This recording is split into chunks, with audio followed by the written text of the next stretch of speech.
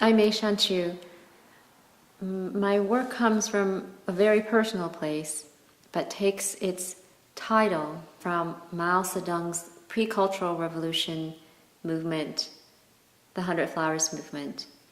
The work is called Let a Thousand Flowers Bloom, after the classical Chinese poem, which goes something like this: Let 100 flowers bloom, let 100 schools of thought contend. Meaning that in a great society, the arts and academia should be able to flourish. And as a consequence of this great declaration of Mao, the artists and academics came out of hiding, and there was a brief flowering of culture at the time. This is what I'm most interested in, is the artists and people who needed to express themselves, to live for this beautiful idea of culture and society, although ultimately, and perhaps they knew it, to be quite fatal. The danger in the images are always outside the frame. And as a viewer, we may recognize that quite easily, and we may want the characters in the images to have a happy ending, but ultimately it may not be consequential in the face of the present and the beautiful moment. The actors in my images are either Pan-Asian Americans or Americans who are artists or academics specializing in Chinese studies or culture. The uniforms come from a Beijing photo studio where they reenact Cultural Revolution propaganda imagery for foreign tourists. There's also the dresses, which are qipels or cheongsams, which are traditional Chinese clothing that is now considered by modern Chinese as being outmoded or obsolete, and these were created by me. The photographs are purposely staged and has various components which reflect my own evolution as a person. There's a Indonesian folkloric elements, the classical Western Renaissance structure in many of them, the forced propaganda staging, and the Chinese and Eastern symbolism.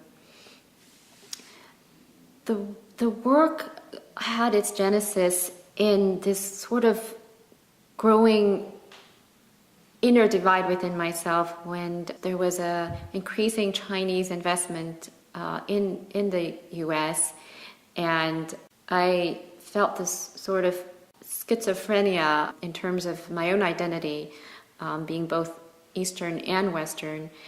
The photographs are a mock annexation of the United States of America by the Chinese takeover of the US.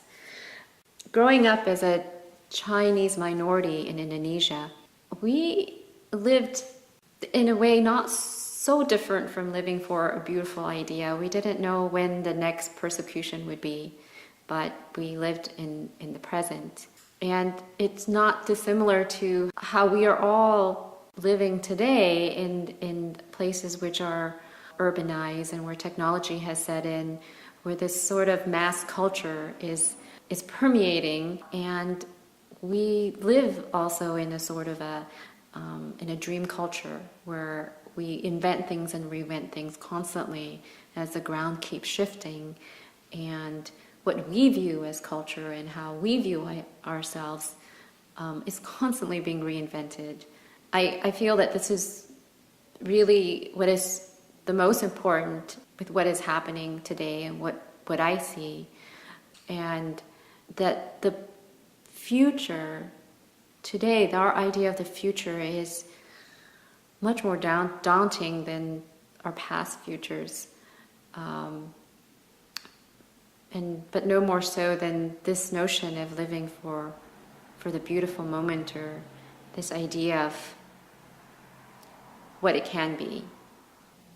Growing up in a post-colonial environment, in a village in Indonesia where being Chinese was outlawed, speaking in Chinese, writing in Chinese, having a Chinese name. These were all forbidden by the government. We had a rootlessness. We were given different names, everyone in my generation, for different potential futures because we didn't know what would happen. And we knew that the status of the Chinese in Indonesia was very much like the status of the Jews in pre-World War II Germany. Every 10 years or so something would happen, and so we were given a Chinese name, an Indonesian name, and a Western name, and a name by the Catholic Church. In my work, it's so important, the quality of light that moves and permeates through it, showing different realities and different notions of truth and who we are. When I was a child, my grandparents would wake me up at 5 a.m. every Sunday, and we would walk an hour to church. And the church, with the Dutch missionary priests, was the only Western building in the village. At 6 a.m. every day, because we were on the equator, so the sun would rise at the same time every day of the year.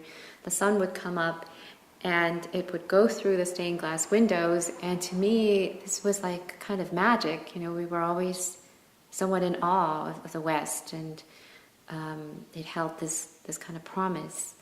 And this influenced me throughout my life, this idea of light and how it could signify something or reveal something. Because my work is about identity, it deals with a lot of different ambiguities within us, and also there's a strong sense of the feminine, maybe not so much as the feminist as an exploration of the feminine self and selves. And I play with the idea of gender ambiguity as part of that. Let a Thousand Flowers Bloom portrays a Kafkaesque future Chinese takeover of the United States of America.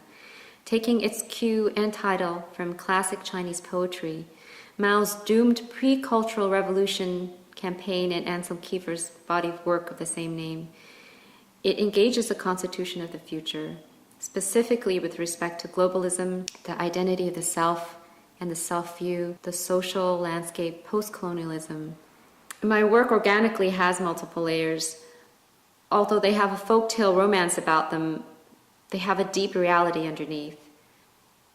I do not skirt away from provocative subjects, but approach them in different ways within the image. Sometimes I feel viewers need to look at themselves. A ferocious truth and tenderness do coexist inside. Our sense of individual identity becomes linked to something ever-shifting and transient.